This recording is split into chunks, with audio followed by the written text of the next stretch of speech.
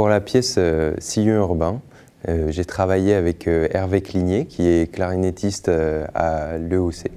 C'est une pièce que j'ai composée avec Pascal Jakubowski pendant les cours. C'est elle qui a suivi l'écriture de la pièce. J'ai décidé de travailler sur cette pièce sur l'improvisation. J'avais envie d'essayer de faire un travail avec le musicien, qu'on puisse écrire ensemble la partie sonore. C'était important pour moi que Hervé soit impliqué dans la pièce, qu'on ait composé une partie ensemble, parce que la pièce repose beaucoup sur son improvisation. Et du coup, à travers ça, c'était important on travaille ensemble pendant les répétitions sur le résultat, parce que c'est différent à chaque fois, et donc il fallait que lui il sache ce qu'il a envie de faire et pourquoi il le faisait. Et donc je lui donnais des indications de jeu, je lui donnais des indications techniques, par exemple les slaps, le growl, qui sont des techniques de clarinettiste.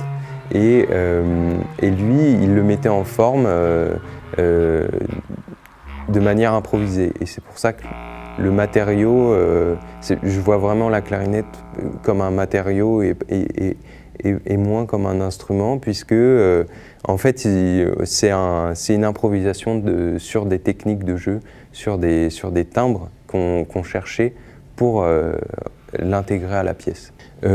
Cette pièce, elle parle de la ville. J'avais envie de faire écouter comment j'écoute la ville, comment je l'arpente, comment je me promène dedans. Donc il y a toute une première partie qui est très concrète, qui est teintée un peu de jazz, et ensuite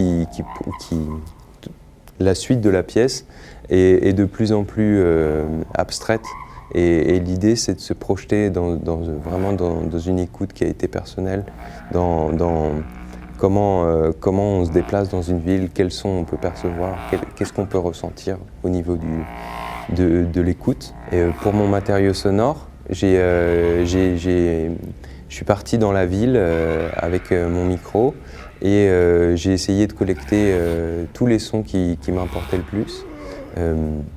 Je suis vraiment parti à la recherche de morphologie, de détails de la ville qui m'impactent, qui me saisissent tous les jours. Donc c'est pour ça qu'on entend beaucoup le tram, par exemple, parce que c'est une forte identité d'ici. Donc ça parle aussi de la ville de Saint-Étienne par extension. C'était important pour moi de collecter tous les sons qui allaient être dans la pièce. Pour la technique, j'ai utilisé un patch Max et Ableton Live pour composer des objets sonores qui sont déclenchés par le clarinettiste. Et donc sur scène, on a un contrôleur avec lequel sur scène on a un contrôleur avec une pédale qui sert à avancer dans la pièce. C'est Hervé qui déclenche toutes les phases de la pièce,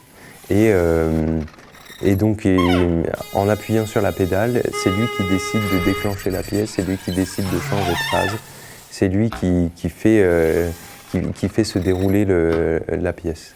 Et donc de mon côté, sur le patch Max, moi je reçois l'enregistrement, il y a un micro sur scène, je reçois son flux et je le traite en temps réel.